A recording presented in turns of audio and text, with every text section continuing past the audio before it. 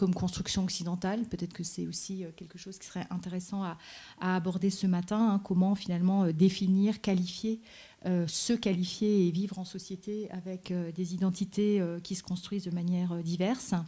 Voilà, donc l'engagement, 3 axes, les transidentités en recherche, au théâtre, en société. Je te laisse peut-être te présenter plus avant et puis amorcer la discussion. On est en petit comité. N'hésitez pas à engager questions, discussions, remarques, peut-être de manière encore plus interactive que d'habitude. Voilà, le moment s'y prête, n'hésitez pas. Bon, merci beaucoup Anne de cette invitation puis de cette présentation. C'est toujours un peu intimidant lorsque voilà, on a une biographe à nos côtés. Il y a un micro dans la salle ? Ouais, comme ça. L'idée vraiment, comme on est en petit comité, puis comme il n'y a pas Lorraine, enfin ça aurait pu être pareil avec Lorraine d'ailleurs, mais raison de plus, puisqu'elle n'est pas là, c'est de me couper en fait. Hein, dès que vous avez une question, et puis vous m'interpellez. Est-ce que vous m'entendez bien ? Je suis vraiment désolé, ma voix est au maximum. Hein, c'est pas un effet de timidité, mais enfin, on peut le dire, il y a pas de. Mais c'est même bien de le dire, je crois d'ailleurs. J'ai un cancer actuellement et je suis soigné en radiothérapie, donc voilà, je suis à mon maximum de ce que je peux faire en termes de voix. Voilà. Au demeurant, je suis ravi d'être là, même en radiothérapie, ce qui me fait voir autre chose qu'un hôpital, et c'est vraiment très réjouissant.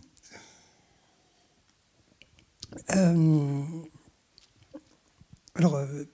Permets-moi justement de faire ce parallèle entre le cancer et les transidentités. J'ai travaillé sur le cancer. Je suis un sociologue de la santé, donc du genre et des discriminations. J'ai travaillé sur le genre et le cancer, les populations LGBT et le cancer. J'ai fait quelques recherches. C'était mon premier post-doctorat sur les effets des hormones et des hormonothérapies en matière de cancérologie. J'en ai eu des récits de cancer. J'en ai eu des récits de cancer et je crois que jamais personne m'a dit précisément ce que j'étais en train de vivre. Jamais personne. Et pourtant, je peux compter les entretiens par centaines. Et donc, je me dis que la maladie, c'est comme la transidentité. Et ne me fait pas dire ce que je n'ai pas dit. La transidentité n'est pas une maladie. En tout cas, elle n'est plus considérée comme telle dans les catégories mentales depuis un certain nombre d'années. Il faut des mots pour dire des expériences. Et la médiation que peut être... bonjour, bienvenue. La médiation que peut être la recherche, la médiation que peut être le journalisme ou l'art, ne dit jamais tout sans les mots des personnes concernées. Alors moi, je ne suis pas une personne concernée, hein, je suis un sociologue qui travaille sur. Je ne suis pas un sociologue concerné par les questions de transidentité. Et ce que nous montre un spectacle comme celui de Lorraine Marx, alors je ne l'ai pas vu, mais pour la petite anecdote, mon dernier spectacle sur la grossophobie, qui s'intitule « Comme tu me vois », est mis en scène par David Bobet, le directeur du théâtre de Lille, qui a programmé entre autres Lorraine au mois d'octobre dans son théâtre. Donc on se suit de quelques mois en termes de programmation dans son théâtre. Et donc il m'a raconté en long, en large et en travers tout ce qu'il savait de ce spectacle et tout ce qu'il avait ressenti de ce spectacle. Donc je n'ai pas vu le spectacle, je vous laisserai le découvrir ce soir. En tout cas, ce spectacle, par les mots de Lorraine, mais elle n'est pas là, donc excusez-moi si j'empiète un petit peu sur ses intentions et ses subjectivités, hein, elle n'est pas là pour les décrire précisément, hein, je les travestis donc forcément, nous dit qu'il y a longtemps eu des spectacles sur les transidentités. Il y a longtemps eu des spectacles sur les transidentités, joués par des personnes cisgenres, avec des intentions louables, hein, notamment en matière de lutte contre la transphobie, de lutte contre le sexisme ou plus généralement de lutte contre les LGBTQIA+ phobies. On voit ça dans les séries, tu en parlais tout à l'heure, j'ai travaillé avec une collègue d'Infocom sur les séries, on a vu ça au cinéma également. Il y a eu beaucoup de films, de séries qui ont parlé des transidentités. mais il faut attendre assez récemment pour que des films, des séries et le théâtre laissent parler des personnes concernées de leur propre parcours. Alors, je ne suis pas un spécialiste du théâtre, mais j'aimerais faire un petit comparatif. Si vous ne les connaissez pas, je vous donne les noms, et puis comme ça, vous pourrez après chercher ce qu'il en est sur Google. Google dit plus de choses que moi.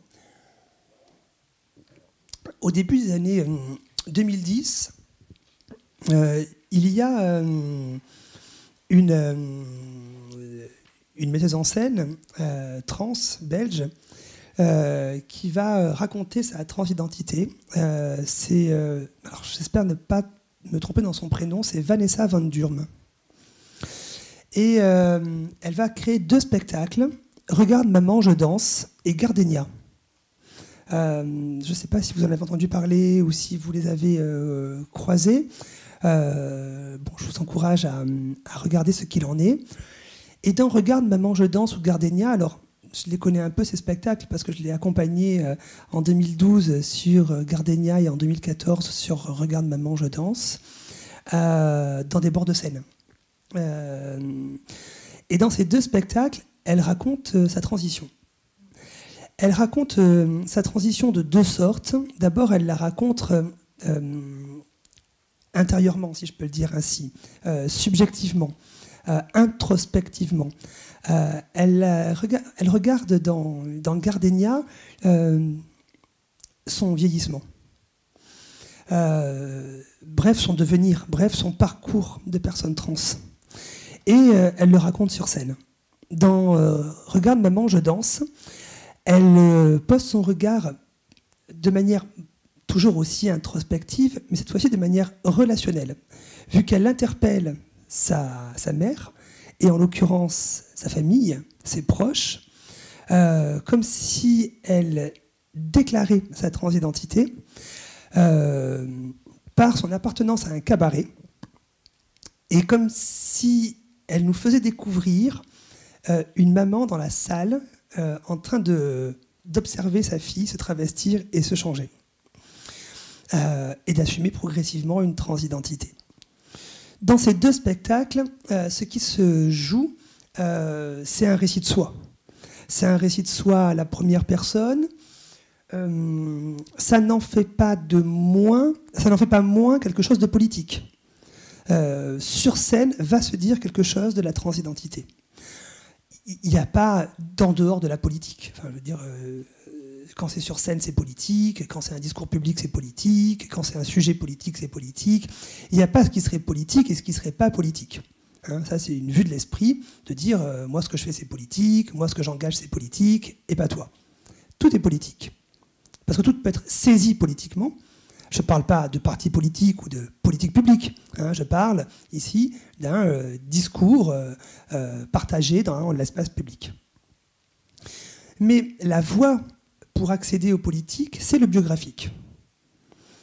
Et puis, on va voir arriver d'autres formes d'expression scénique de la transidentité.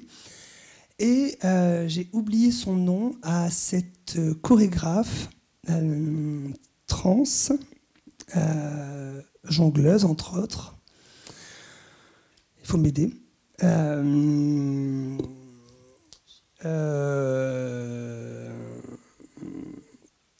Fia Ménard. Et Fia Ménard, pour celles et ceux qui ont vu ces spectacles, va dire autre chose de sa transidentité. Je ne sais pas si vous avez déjà vu des spectacles de Fia Ménard. D'abord, elle va dire la violence de la discrimination, et pas simplement le parcours biographique. Elle va donc dessiner des déchirures, des confrontations. Elle va mettre en scène des transformations radicales. Et d'ailleurs, elle va jouer avec des matériaux radicaux. Des temples de carton qu'elle va construire elle-même jusqu'à l'épuisement, puis démolir, des temples de glace qu'elle va monter elle-même, puis démolir. On est ici sur une exposition du corps, du discours politique du corps. C'est intéressant parce qu'on a connu ça avec les vagues féministes. on voit bien que pour faire quelque chose de politique d'un combat de soi, eh bien, il n'existe jamais qu'une seule voie. Et puis, avec Lorraine, mais je ne dis rien de son spectacle, vous le verrez bien, va se greffer autre chose.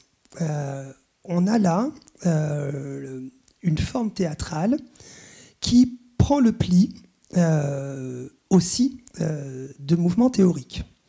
Alors, sûrement qu'elle s'en méfierait, sûrement qu'elle dirait qu'elle n'est pas une théoricienne, elle nous l'a dit.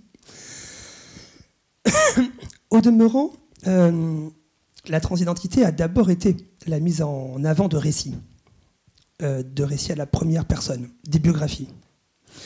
Puis la transidentité a été mue, elle a été travaillée par ce qu'on va appeler une théorie queer. Alors peut-être que vous l'avez vu en cours, la théorie queer. Non, je pense pas. Hein. Non. D'ailleurs, si tu pouvais peut-être revenir, bien sûr. Ce serait très intéressant. Ouais. Et puis aujourd'hui, on voit une connexion entre ce qu'on va appeler les études trans, qu'elles soient faites par des trans ou non, et des mouvements plus matérialistes, communistes, marxistes. Et je crois que Lorraine fait partie de ce mouvement, hein, et dans sa forme théâtrale, elle fait partie de cette nouvelle traduction des transidentités qui vont coller les transidentités à d'autres questions, notamment des questions de classe sociale, d'inégalité sociale. Alors pour revenir 2 minutes sur la théorie queer, parce qu'il est compliqué de parler de transidentité et de manifestations LGBT au théâtre sans comprendre ce qu'il en est de la théorie queer. Je le fais très brièvement, hein, donc les théoriciens et les théoriciennes du queer seraient en PLS s'ils m'écoutaient, s'ils vont m'écouter, puisque c'est enregistré. Alors, queer, ça a plusieurs significations en anglais. Hein. Queer, I feel queer, je me sens pas bien, je me sens nauséeux. Donc, c'est la maladie. Queer, c'est l'injure. Queer, c'est une injure encore plus humiliante que fagotte. Hein, on est sur tapette, on est sur pédale. Et puis queer, c'est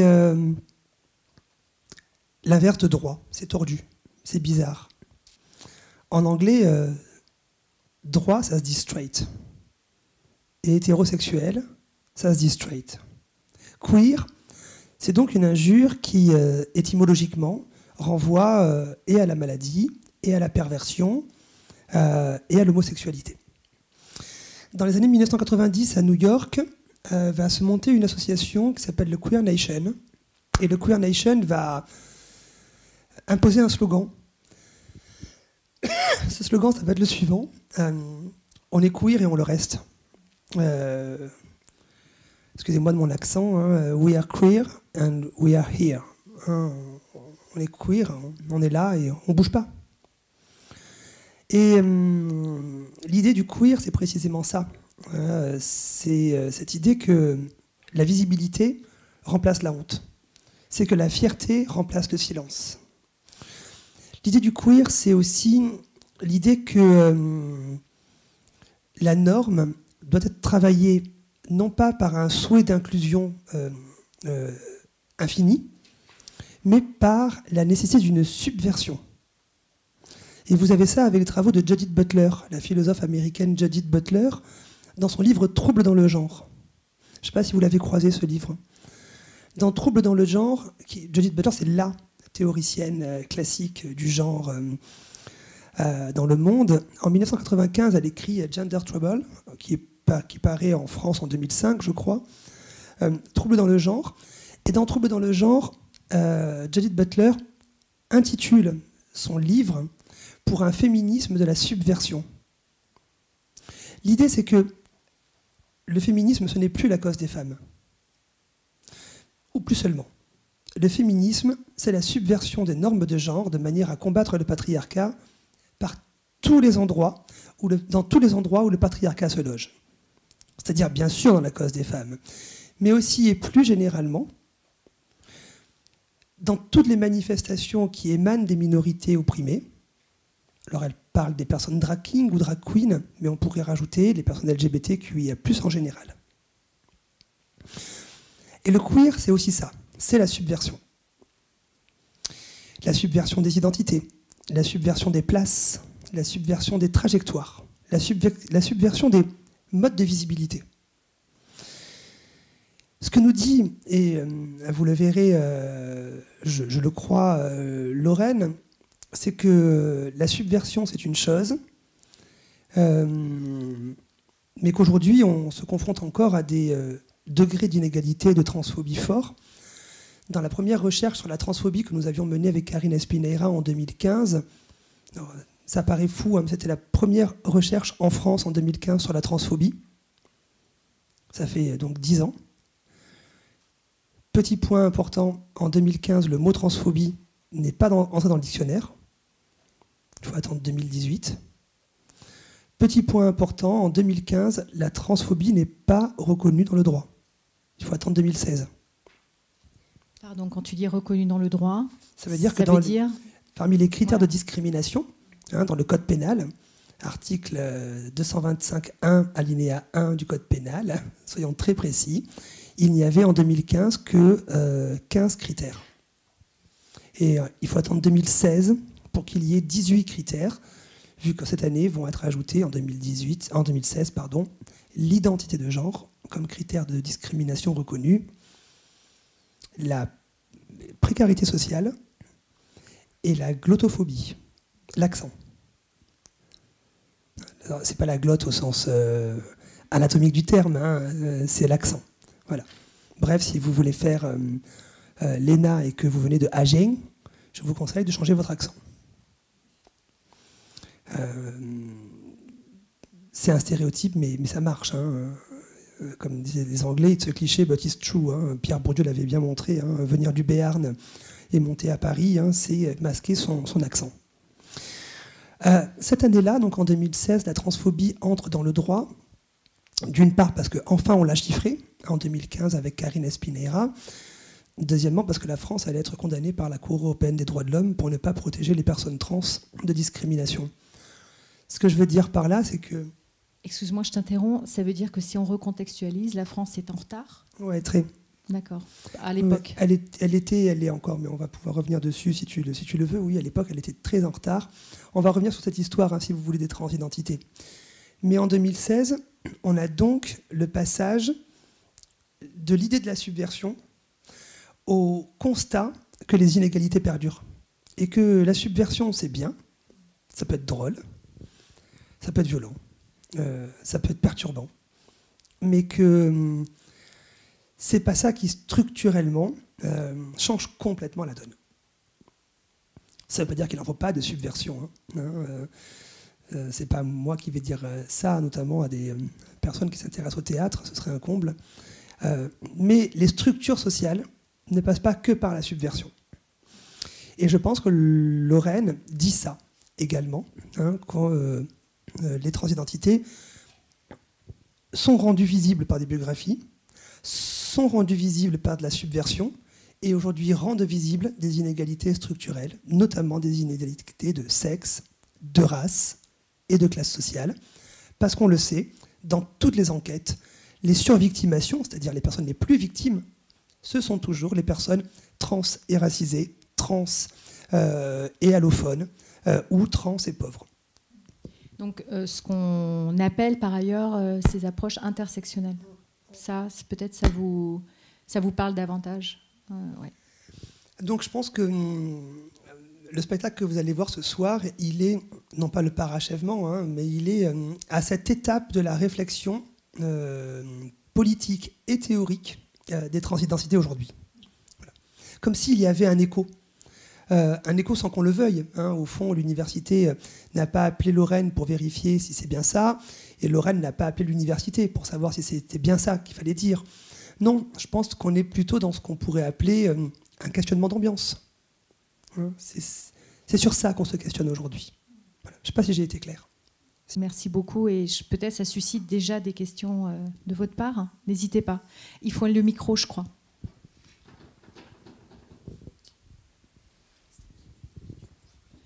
C'est plus pour comprendre un petit peu le retard de la France. Est-ce qu'on pourrait revenir un petit peu là-dessus vis-à-vis notamment des États-Unis? On en a parlé. Bon, la France a toujours été en retard sur la transidentité.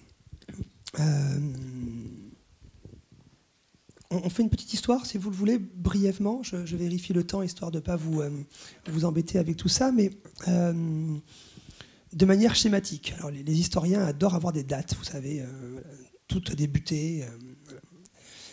Bon, en général, rien ne débute vraiment ce jour-là, mais pour le dire ainsi, nous sommes en septembre 1953, et en septembre 1953, il y a un endocrinologue qui s'appelle Harry Benjamin comme le prénom, et qui va faire une communication dans un congrès international d'endocrinologie, et il va théoriser l'idée qu'il y a des personnes qui, je prends les termes de l'époque, je le précise, il y a des personnes qui sont dégoûtées de leur sexe, le dégoût.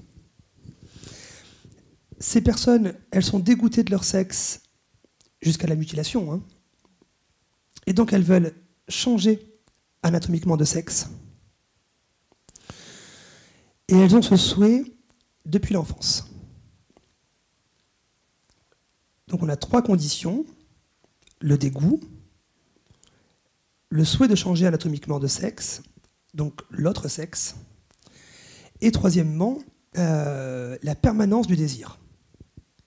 C'est pas un souhait comme ça qui oscillerait entre un peut-être, un toujours, une certitude et un on verra. Et ce diagnostic, en tout cas ces critères diagnostiques, vont créer une population, et cette population en santé, Harry Benjamin va les nommer les personnes transsexuelles. Alors je le dis comme ça, entendez que je le dis entre guillemets, parce qu'on va vite voir que ce terme est très problématique. Alors aujourd'hui, on a appris que dire transsexuel était un mot pathologisant, un mot stigmatisant, un mot qui renvoyait à la sexualité alors que ça n'a rien à voir, qui renvoyait à la maladie alors que ça n'a rien à voir. Il faut se remettre dans le contexte de l'époque, 1953. Les personnes qui ne savaient pas où s'orienter médicalement ont enfin un diagnostic et peuvent enfin demander un accompagnement médical. Bizarrement, en 1953, l'idée que changer de sexe, on ne dit pas genre à l'époque, soit une maladie mentale, psychiatrique, c'est salvateur. Et pourquoi ? Parce que les personnes concernées passent de l'illégalité, de la criminalité, à la maladie. Et mieux vaut être malade que criminel. Ça ne va pas tenir longtemps, cette affaire. Ça ne va pas tenir longtemps parce qu'il va bien falloir avoir des concrétisations techniques à ces diagnostics. Les scientifiques sont très forts pour faire des catégories, mais après, les politiques publiques, débrouillez-vous pour mettre en scène ces catégories.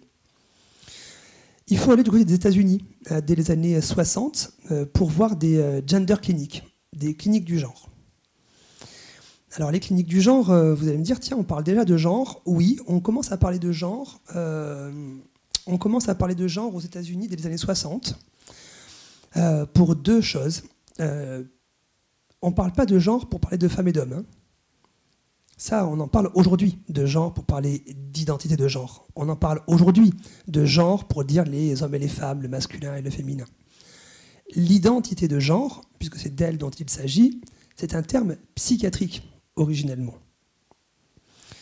Et on doit à des auteurs, notamment à Robert Stoller, le psychiatre Robert Stoller, d'inventer le terme d'identité de genre, de manière à vérifier qui sont les personnes qui ont un dégoût d'elles-mêmes, une volonté de changer de sexe, et ce, depuis l'enfance.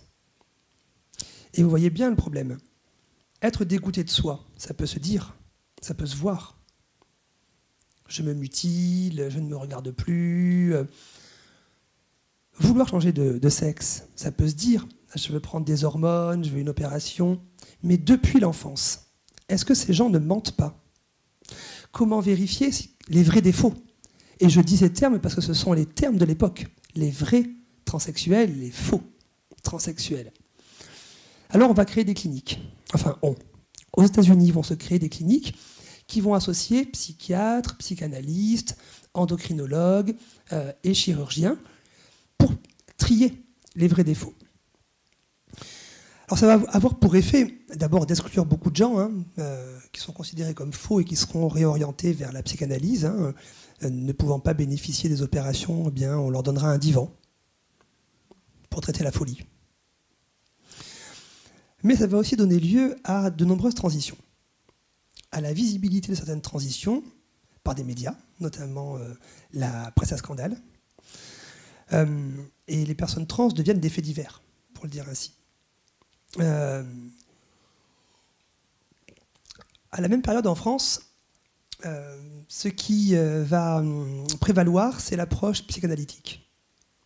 Et donc, on ne va pas offrir aux personnes trans des parcours de changement de sexe. Et les quelques qui vont essayer de le faire, je pense notamment au professeur Burou, B-U-R-O-U, ils vont être radiés de l'ordre des médecins.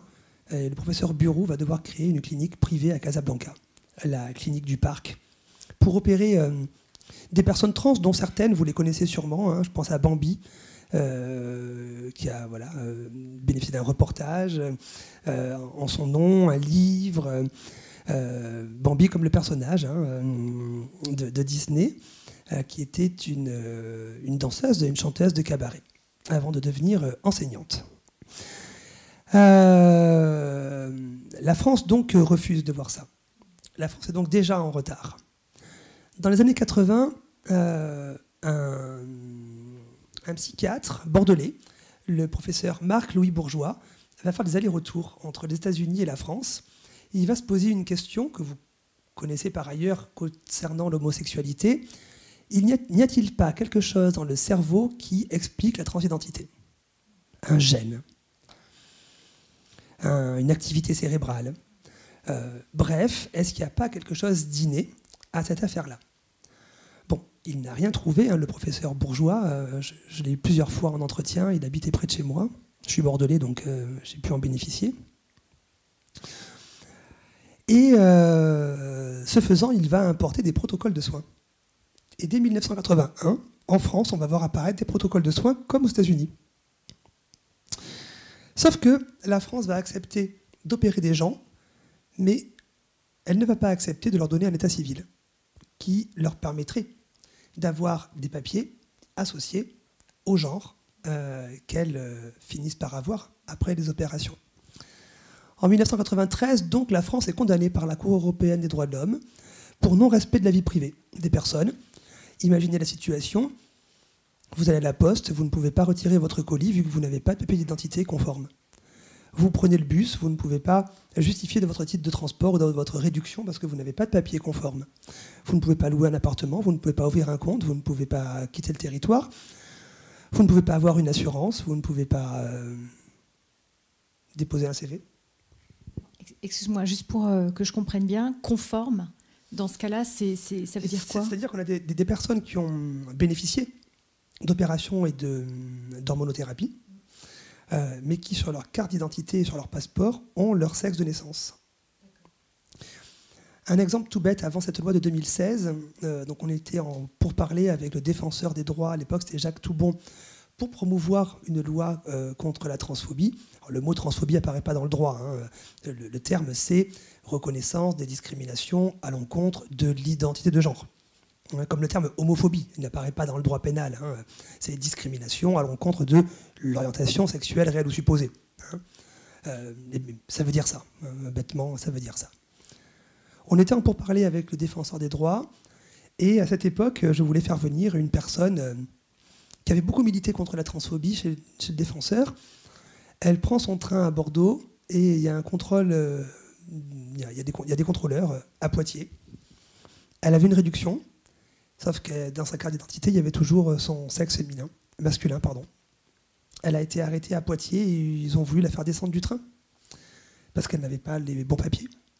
Usurpation d'identité ou Bon, par chance, elle m'a appelé, et par chance, j'étais avec le défenseur des droits, donc elle est vite remontée dans le train. Tout ça pour dire que ça veut dire ça, ne pas avoir de papier d'identité. Ouais, je ne souhaite à personne de ne pas en avoir, puisque sans papier d'identité, vous n'avez tout simplement pas de citoyenneté. La France est condamnée par la Cour européenne des droits de l'homme et accepte de donner des papiers d'identité conformes aux personnes trans à une condition, qu'elles soient stérilisées. Ça ne se dit pas comme ça, évidemment. On n'a pas le droit de stériliser les gens, encore heureux. Donc, ce qui va être dit, c'est qu'il faut attester d'une opération irréversible.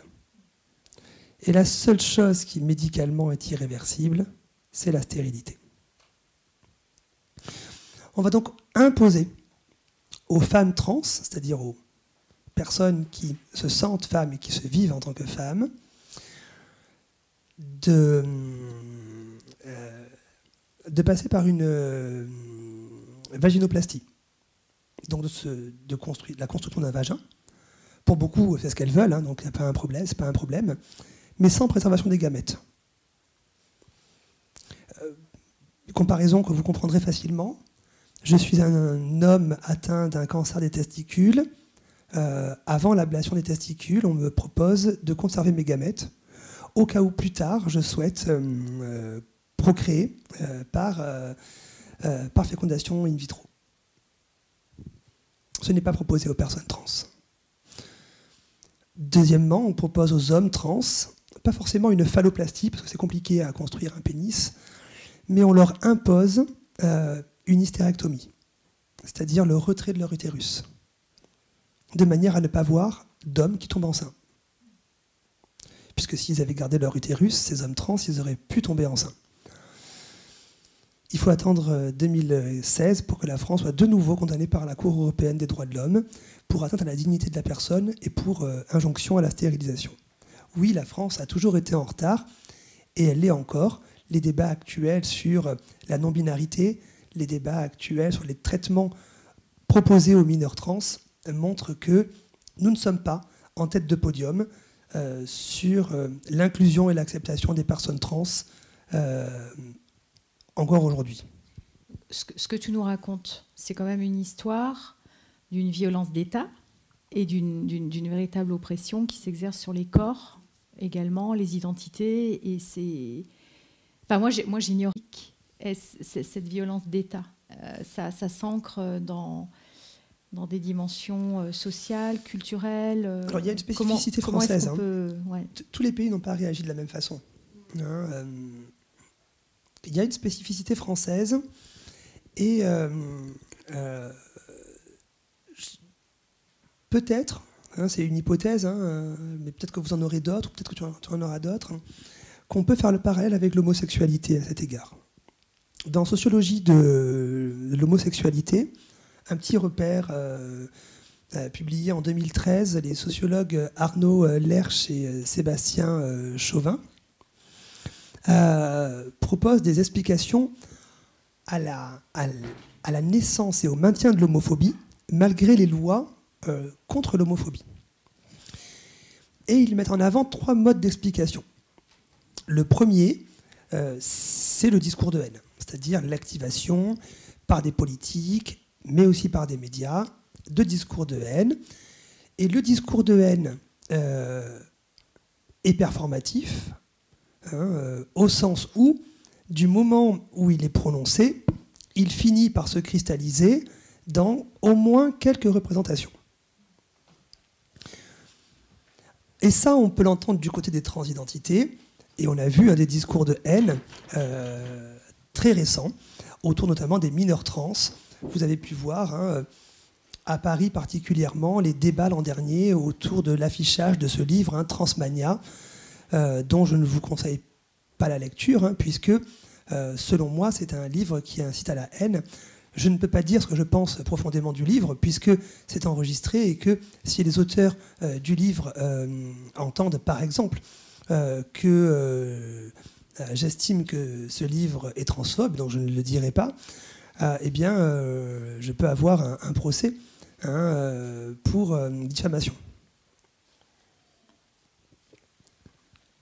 Et j'ai déjà suffisamment de procès comme ça sur ces questions-là. Heureusement que j'ai une bonne avocate. Quoi qu'il en soit... C'est le prix de l'engagement.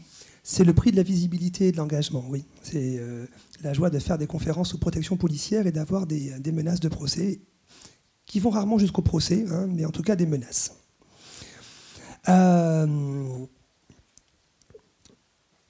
Les discours de haine.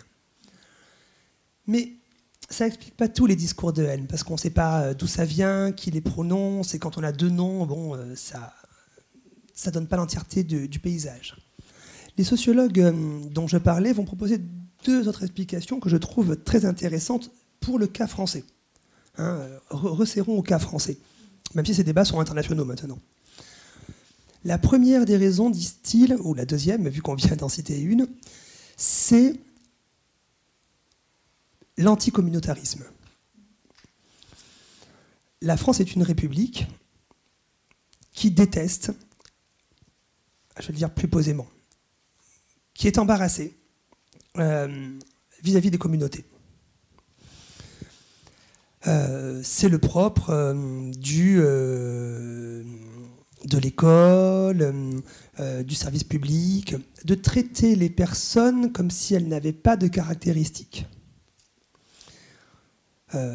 Tout parallèle avec l'élection de Donald Trump ici serait tout à fait pertinent. Les gens n'auraient pas de couleur de peau, les gens n'auraient pas d'âge, ils n'auraient pas de sexualité, ils n'auraient pas de genre.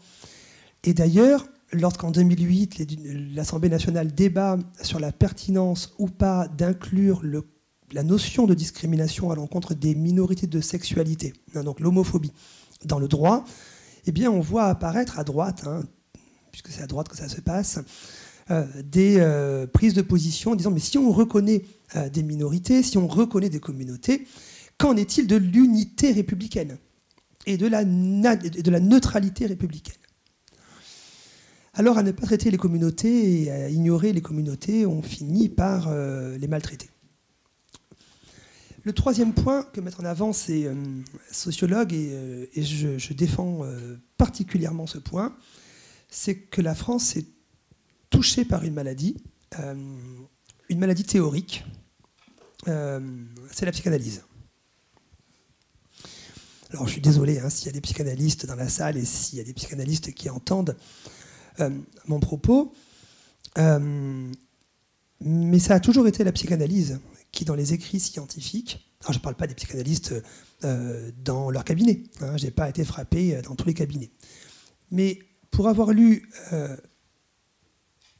je ne dirais pas tous, mais une immense partie des publications scientifiques sur la question, je cherche, encore aujourd'hui, des écrits psychanalytiques qui, à défaut de ne pas renvoyer les transidentités vers la maladie, accompagnent les transidentités vers une meilleure compréhension, notamment sociale. Je citerai deux contre-exemples, hein, puisqu'il y en a quand même, à Paris, hein, notamment, on a un UFR de psychanalyse qui a des propos tout à fait ouverts, tolérants sur les personnes trans, et puis des cliniciens aussi qui vont publier sur cette question, Agnès Condat, entre autres, Laurie Lofer, entre autres.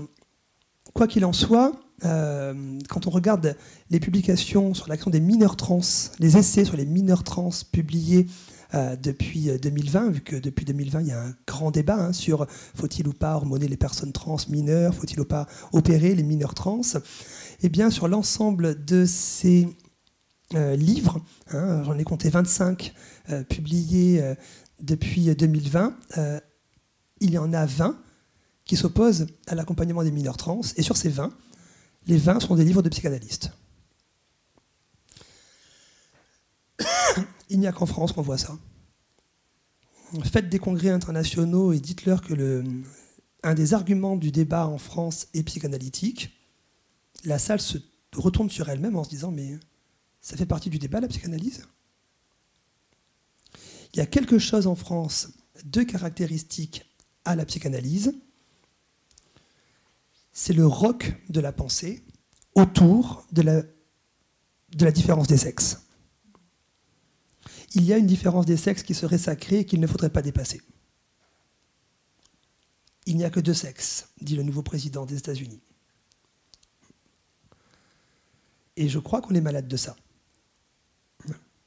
Et les psychanalystes ont participé, et participent encore, à des pétitions. Vous en avez tous les mois, dans Le Point, dans Le Figaro, contre les personnes trans et les mineurs trans. Comme d'ailleurs, ils ont très largement participé au frein contre jadis le Pacs ou le mariage pour tous. Et d'ailleurs, on retrouve les mêmes signataires contre le Pacs et le mariage pour tous et contre les mineurs trans aujourd'hui.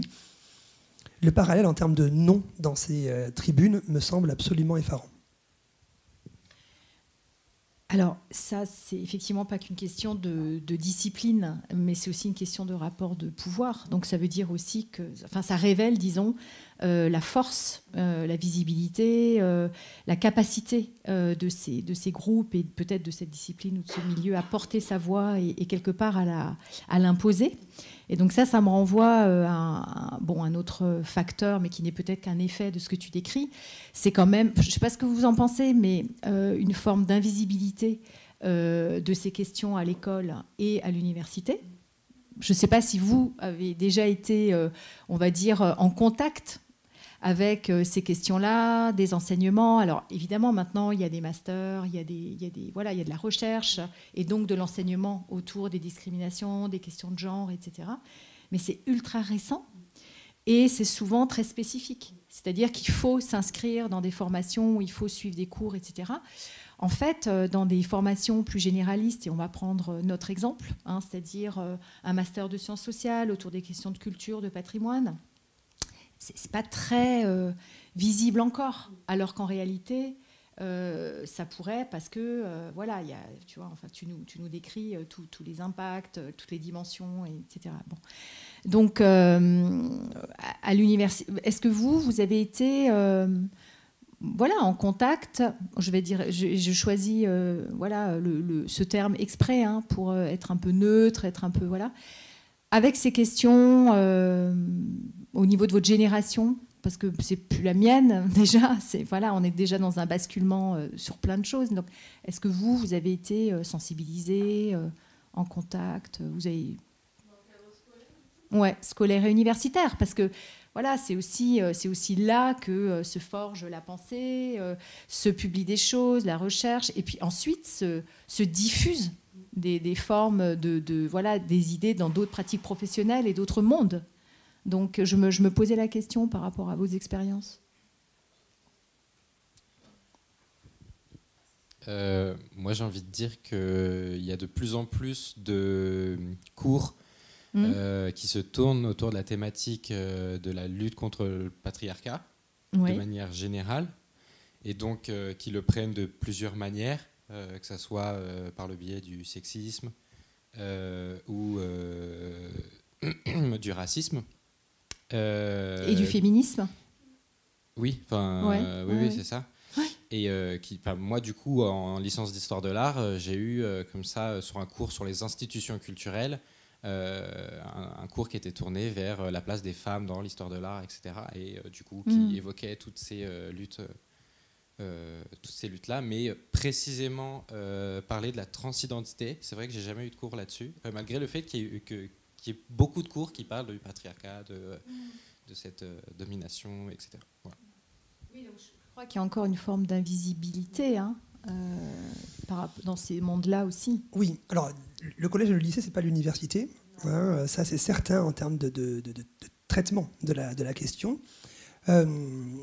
Pour un livre à paraître l'an prochain chez l'Harmattan sur l'actualité des questions trans et des recherches en trans studies, j'ai fait une occurrence de termes sur des sites de recherche comme thèse.fr et on voit une augmentation tendancielle des thèses qui portent sur la transidentité. Avec 2 spécificités. La première, c'est qu'elles arrêtent de se cantonner à la médecine. On a des thèses en sociaux, en infocom, en géographie. Milan Bonté qui a fait une thèse à Lille, en philosophie, en histoire, en musicologie. Donc il y a un éparpillement sain de ces thématiques. on n'est pas sur un grand remplacement thématique, hein, c'est-à-dire qu'il y a une thèse par science, hein, voilà, pour le dire ainsi. Hein. Je pense que tu utilises grand remplacement à dessein. Exactement. Hein, parce que c'est vraiment très... Parce que le très grand... utilisé par un certain nombre et parce que la peur ici, c'est le grand remplacement du genre. Exactement. Hein, les femmes ne seront plus des femmes, les hommes ne sont plus des hommes, on va remplacer tous les hétéros par les LGBT, on ne peut plus rien dire. Donc cette idée du grand remplacement hein, est toujours bien présente et elle ne concerne bien sûr pas que les phénomènes migratoires.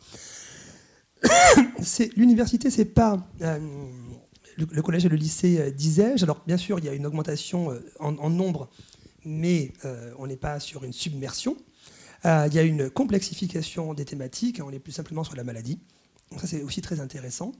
Pour vous raconter une anecdote, hein, alors j'ai pas 120 ans, mais quand j'ai soutenu ma thèse, d'abord, il n'y avait pas de rayon LGBT ou il n'y avait pas de rayon sur ces questions-là à l'université. Ce sont les enseignants qui m'avaient proposé d'acheter des livres parce qu'il n'y avait rien. Et quand j'ai soutenu ma thèse et que je l'ai déposée en bibliothèque, elle a été classée en psychiatrie. Comme s'il était inenvisageable que la sociologie puisse s'intéresser à cette question-là. En tout cas, le collège et le lycée, c'est un peu différent. Hein. Le collège et le lycée, aujourd'hui, sont travaillés par des questions d'éducation à la vie affective, relationnelle et sexuelle. Le nouveau programme tend à être, j'espère, débattu et puis validé. Avec cette question hein, qui est celle de la fameuse théorie du genre. Si vous avez de l'eau, ce serait absolument merveilleux. Et vous l'avez entendu, hein, cette question de la théorie du genre. Alors, la théorie du genre, c'est pas nouveau. Hein. On voit apparaître ce terme. Tu me sauves la vie, merci beaucoup. La théorie du genre, on voit apparaître ce terme en 2011. Alors 2011, vous étiez à peine né, et moi j'étais déjà jeune, mais un tout petit peu moins jeune, un tout petit peu plus, pardon. C'est l'inscription dans les manuels scolaires de SVT, en première, d'un chapitre sur le genre. Et c'est sous Sarkozy que ça apparaît. Donc on a un manuel scolaire de sciences et vie de la Terre qui parle de l'égalité femmes-hommes, de la sexuation, et qui va parler du genre. Et c'est une première polémique. C'est une première polémique parce que le terme de genre apparaît, comment ça, on déconstruit le sexe, comment ça, on fait du prosélytisme, on dit, merci, qu'on peut être autre chose comme les femmes, on dit aux jeunes qu'ils peuvent devenir LGBT, c'est n'importe quoi. À côté de ça, en 2011, on a un petit documentaire, un petit reportage, non, un dessin animé. Le baiser de la Lune. Le baiser de la Lune, c'est un dessin animé de quelques minutes à destination des primaires. Et c'est l'histoire de deux poissons-lunes. Un poisson qui est le locuteur et un poisson qui est le comédien du dessin animé, le personnage principal. On voit l'œil du poisson qui raconte l'histoire se fermer et s'ouvrir. Et il regarde l'autre poisson qui déambule dans l'océan.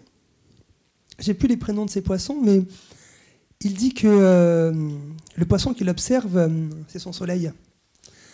Que ce poisson qui l'observe, il l'aime beaucoup. Il l'aime sûrement plus qu'amicalement. Ils s'amusent entre eux, qu'ils s'adorent, qu'ils sont amis. Et il en conclut que s'il y avait un royaume, ce poisson-là serait sa princesse. Point. Rien n'est dit. On ne parle pas d'homosexualité, le mot n'est pas dit. On ne parle pas d'orientation sexuelle, encore moins de pratique sexuelle. Hein. Chaque pédagogie doit respecter l'âge des personnes qui sont interpellées hein, par les dispositifs pédagogiques. Et rien n'est dit non plus rien n'est suggéré non plus de l'homosexualité. Pas de drapeau rainbow, pas de harnais en cuir, pas de Mylène Farmer. On se fait chier quoi, dans ce petit dessin animé. Et en fait, il est d'une tendresse absolue, ce dessin animé. Mais ça ne plaira pas à Christine Boutin, ancienne présidente du Parti chrétien-démocrate, qui va faire une tribune disant qu'il faut laisser l'enfance à l'enfance et qu'il ne faut pas polluer l'enfance avec des préoccupations d'adultes. C'est un argument qu'on retrouve dans le débat aujourd'hui. Exactement, sur les mineurs trans et sur les programmes d'éducation à la vie sexuelle et affective, 14 ans après. Et c'est là qu'on va découvrir le terme de théorie du genre, qui est un terme créé dans les milieux conservateurs du Vatican pour s'opposer à l'arrivée en France de théories queer, notamment, qui vont promouvoir le genre dans leur subversion. On va retrouver la théorie du genre en 2012-2013 autour des débats sur le mariage pour tous. Il y a 2 ans maintenant, j'avais sorti avec 2 amis un livre sur les débats autour du mariage pour tous, pour fêter les 10 ans du mariage pour tous, intitulé « Mariage pour tous, la violence d'une conquête ». Et vous étiez là encore trop jeune, mais rappelez-vous quand même, 1 million de personnes dans la rue pour que des couples de même sexe n'aient pas le droit de se marier. Et oui, il y avait une violence. Alors, vous l'avez peut-être vécu, ou vos parents, ou vos grands frères, ou grandes sœurs, je ne sais pas, l'ont vécu. Moi, je me rappelle que dans ma rue, par exemple, elle était très longue, ma rue à l'époque, sur tous les pare-brises, il y avait un flyer de masculiniste où il y avait un homme en noir avec une batte de baseball qui fracassait le crâne d'un homme rose, donc c'était des silhouettes, en disant non au PD. Voilà. Et ça sur tous les pare-brises. Je les ai tous enlevés, je les ai gardés d'ailleurs. Enfin, j'en ai gardé un au moins, c'est mon côté archiviste. Il y avait de la violence, et il y avait aussi de la violence théorique, s'opposer à la théorie du genre. Et on le voit encore aujourd'hui avec l'éducation à la vie sexuelle et affective, il existerait une théorie du genre. Ça veut dire quoi la théorie du genre ? D'abord, vous entendez bien le narratif, la théorie. Il existerait une théorie sur le genre. Mais demandez à des scientifiques d'être d'accord sur une théorie. Enfin, il n'y a pas beaucoup de théories sur lesquelles tout le monde est d'accord. Et je parle bien de science ici. Donc oui, la Terre tourne autour du Soleil, la Terre est ronde, il y a eu de l'eau sur Mars. Voilà. Mais sinon ça, les théories, elles sont souvent soumises à controverse. Donc il y a rarement une théorie. Il y a plusieurs approches théoriques. Et sur le genre, il y a aussi plusieurs approches théoriques. L'unicité de la théorie du genre nous fait croire qu'il y aurait un point unique. Il y aurait un endroit où la théorie serait émise, et bien sûr, cet endroit, on nous le cache. C'est masqué, c'est l'état profond. C'est le lobby LGBT, le lobby féministe, c'est tenté que ce ne soit pas franc-maçon. Donc dans la théorie du genre, on voit bien la théorie du complot. Oui, c'est ça. C'est complètement articulé, ces sphères complotistes aux sphères de la théorie du genre et aux approches très discriminantes, en fait. Et si on parle de la théorie du genre, eh bien, on ne parle pas de réalité. Ce n'est que de la théorie. Vous voyez bien que c'est de la théorie. Concrètement, il n'y a que 2 genres. À la maternité, il n'y a que des hommes. Il n'y a que des hommes et des femmes, nous dit-on. Et donc, dans le narratif, la théorie du genre, il y a aussi cette idée que l'université produit du fantasme, qu'elle n'est pas dans le réel. Elle ne produit que de la théorie. Et donc, comme personne ne sait ce que ça veut dire une théorie, d'un point de vue épistémologique, eh bien, on ne retient que le mot naïf. C'est de la théorie, donc c'est pas du concret. C'est de la théorie, donc c'est pas du réel. C'est de la théorie, donc c'est faux. Et donc, dans cette lecture de la théorie du genre, cette idée qu'il y aurait une manipulation des jeunes, manipulation des corps, par des adultes, des lobbies qui feraient des tests sur des corps non consentants, qui n'ont rien demandé, et qu'on produirait des enfants LGBTQIA+, d'ailleurs. Un des livres les plus lus qui s'oppose à la défense des mineurs trans, écrit par 2 psychanalystes, Caroline Eliachev et Céline Masson, s'intitule « La fabrique des enfants transgenres ». On les fabriquerait. L'école les fabriquerait notamment. Donc ces gens n'existeraient pas. Ils seraient fabriqués. mais essentiellement, ils sont autre chose. Et d'ailleurs, en lisant ces essayistes, qui malheureusement ont pignon sur rue, on lit dans leur page que les mineurs trans seraient homosexuels ou anorexiques, auraient des maladies mentales, mais ils ne seraient pas trans. Il n'y a pas de mineurs qui pourraient être trans. Ça, c'est un truc d'adultes. Tu veux dire qu'on revient en plus à une forme de pathologisation de la transidentité ou... On revient à la définition de 1953. Il faut vérifier que les personnes trans ont toujours voulu être trans, la permanence du désir. Et donc, par conséquent, quand on est jeune, on ne peut pas savoir ce que l'on veut. Quand on est jeune, en tout cas le moment de l'adolescence, n'est qu'un moment diagnostique a posteriori pour les adultes qui veulent transitionner. Car c'est les adultes qui veulent transitionner à qui on va demander est-ce qu'il y a une permanence du désir. Rappelez-vous la définition de 1953. Et c'est la permanence du désir que l'on va chercher chez les jeunes. Et donc il ne faut pas écouter les jeunes en tant que tels, il ne faut les écouter que lorsqu'ils sont adultes. Vous avez une question? J'avais une petite question par rapport à ça, c'est que si on ne croit pas les plus jeunes, comment on arrive à prouver cette permanence du désir? Si on ne croit pas, je ne sais pas si je m'exprime bien, mais si on part du principe qu'on ne fait pas confiance aux enfants alors qu'ils expriment leur opinion, comment prouver adultes qu'il y a eu une permanence du désir à un moment donné? C'est tout le paradoxe, c'est-à-dire que la suspicion est généralisée. On ne fait pas confiance aux jeunes. La seule chose à qui on pourrait faire confiance, c'est au psychiatre ou à la psychiatrie pour distinguer le vrai du faux dans le récit des personnes a posteriori. C'est pour ça qu'on a ce qu'on appelle en France un diagnostic différentiel. On ne diagnostique pas une transidentité parce que la transidentité ne peut pas être diagnostiquée. On ne sait pas comment le faire. Alors, ce qu'on appelle dans les catégories mentales de la dysphorie de genre. Ça s'appelle comme ça dans les catégories mentales.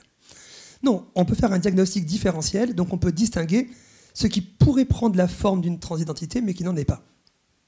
La dysmorphophobie, vous savez, à ne pas avoir le sentiment ou le réel du corps.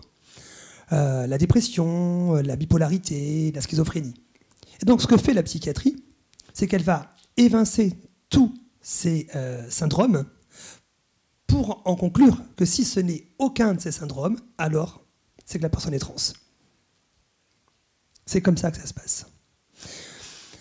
Au demeurant, il y a quand même des protocoles en France, à Paris ou à Lille, qui acceptent d'accueillir les mineurs trans et de les écouter.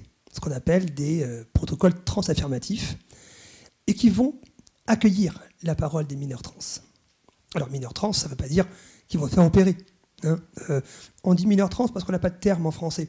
Au Canada, ils disent « gender creative kids », les enfants qui créent leur genre. C'est-à-dire qui font des pas de côté par rapport à ce qu'on attend des normes de genre. Voilà. Il y en a qui vont prendre des hormones, il y en a qui ne vont pas en prendre, il y en a qui vont changer de prénom, il y en a qui vont attendre, il y en a qui ne vont pas attendre, il y en a qui vont vouloir être opérés, juste une torsoplastie, donc ablation du sein, construction d'un torse. Il y en a qui vont changer de tenue vestimentaire, changer de pronom, à défaut de changer de prénom. Donc l'idée, c'est pas tant de savoir qui va se faire opérer, qui ne va pas se faire opérer.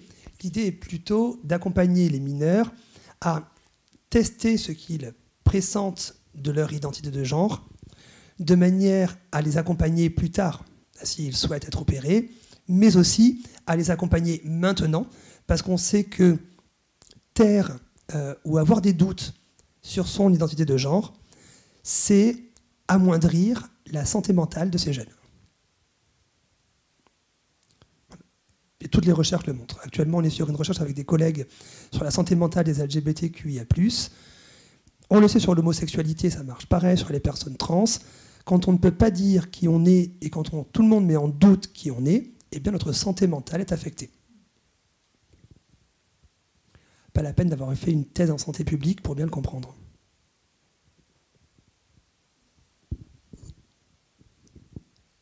Moi, je voulais savoir comment vous pensez, avec l'œil de sociologue, l'évolution de cette notion de transidentité dans les débats avec la montée d'extrêmes conservateurs. Là, on l'a vu aux États-Unis avec les propos que Trump, Elon Musk pose. Et là, pour le coup, c'est une influence dans les médias sociaux, donc sur l'opinion publique. On a rarement connu, si ce n'est du côté des migrations, autant de discours de haine. Puisqu'actuellement, les médias, en tout cas certains médias conservateurs, mettent en avant l'idée que les personnes trans, c'est du wokisme, que les personnes trans, c'est du lobby LGBT, et que, ça a été dit, hein, les personnes trans, c'est du délire. Donc on a une repathologisation des personnes trans, et on a une traduction de la transidentité au sens de l'idéologie, comme si les personnes n'étaient que des activistes ou des fous ou des folles, comme si les personnes n'existaient pas. Et donc on a un effacement complet de ce que c'est qu'être trans au bénéfice d'une opprobre ou d'un doute jeté sur l'existence même de leur identité. Puisque, encore hier, j'entendais dans les débats américains, c'est la fin du délire transgenre, il n'y a que deux sexes, on interdit aux personnes trans d'accéder au sport de compétition, on interdit aux personnes trans d'accéder à l'armée, on interdit aux élus trans d'avoir accès aux toilettes de l'autre sexe. L'existence même des personnes est niée. Alors, ce qui est fou, c'est que dans cette affaire, discriminer des personnes sur le motif de leur identité de genre devient normal. Ça devient même la protection. Et c'est pourquoi j'insiste beaucoup sur le parallèle entre la protection des frontières et le sentiment de grand remplacement ethnique ou religieux, et la protection des deux sexes et le sentiment du grand remplacement autour des transidentités.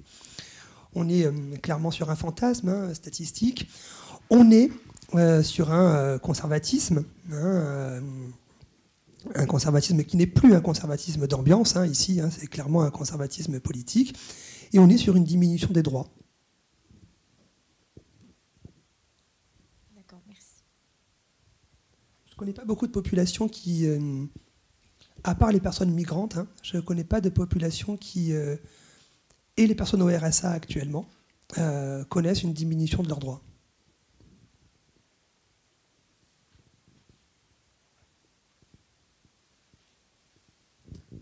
Est-ce que vous avez d'autres remarques ou d'autres questions, là tout de suite?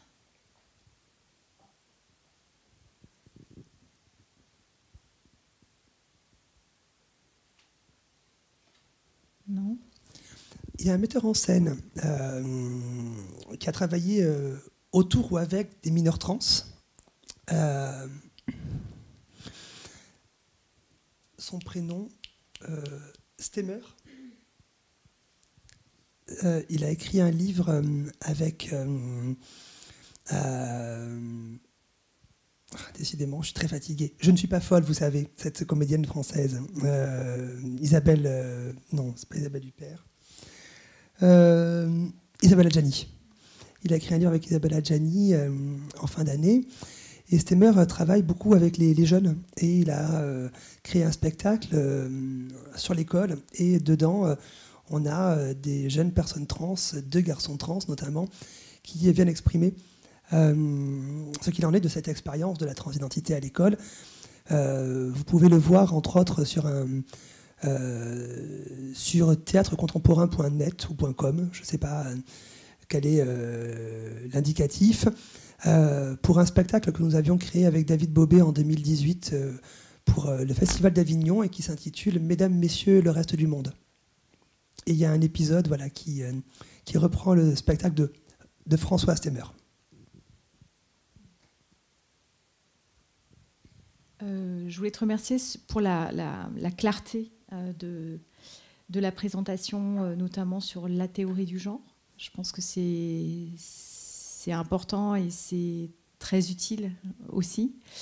Du coup, tu défends l'idée de théorie du genre au pluriel, ou pour toi, la question de cette approche par les ou la théorie n'a pas finalement lieu d'être, et comment tu te situes finalement par rapport à ce débat-là et à cet usage-là du terme même théorie au pluriel, pour le coup. Alors en France, il y a plusieurs positions. La première, c'est considérer que la théorie du genre existe parce que le genre existe et que théoriquement, on a montré que le genre existe. Et donc, il faut arrêter de ne pas utiliser le terme sous prétexte que c'est un terme mobilisé par l'extrême droite. Il faut en être fier. On a produit de la théorie du genre. C'est pas mon approche. Je crois qu'à utiliser tel quel des termes de l'extrême droite et des termes du conservatisme, c'est les enraciner. C'est les stabiliser dans les représentations. C'est au fond les métaboliser. Il y a une autre approche qui consiste à dire il ne faut pas en parler du tout, la théorie du genre, ça n'existe pas, comme ça n'existe pas, on n'en parle pas.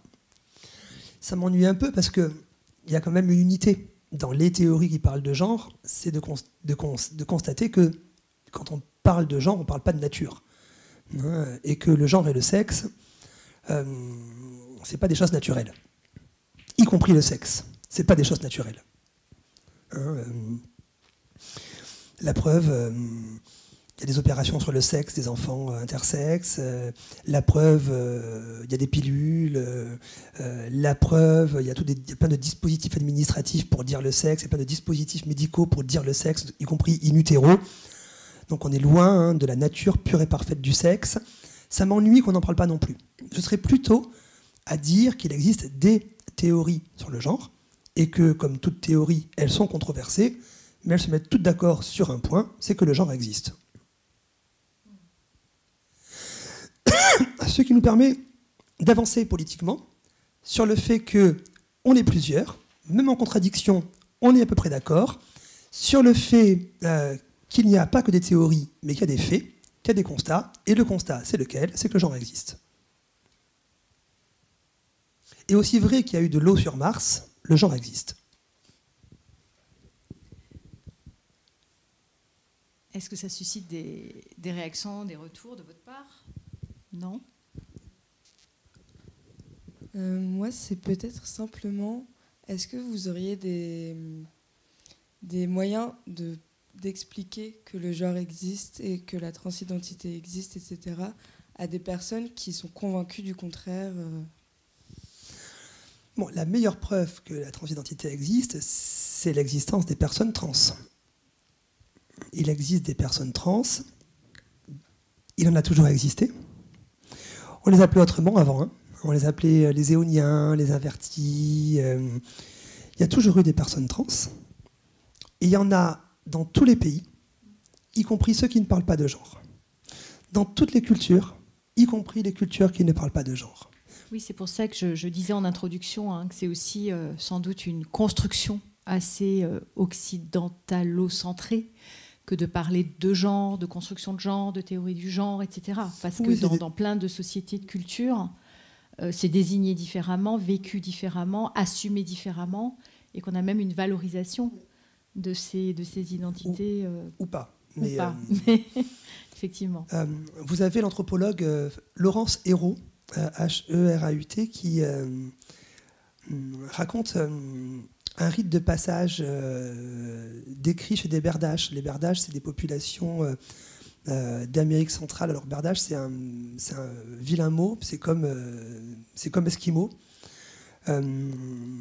vu que c'est un langage du vieux français qui signifie sodomite. Esquimau, c'est clair pour tout le monde? Je l'ai dit comme ça, c'est comme si c'était une évidence. Non? Je ne l'ai pas appris seul. Hein. C'est un metteur en scène qui s'appelle David Gauchard, qui a été nommé il y a quelques années au Molière pour un seul en scène intitulé Le Fils, sur l'homophobie. David Gauchard a créé un spectacle qui s'intitule Inuk, Inuit, si on le traduit en français.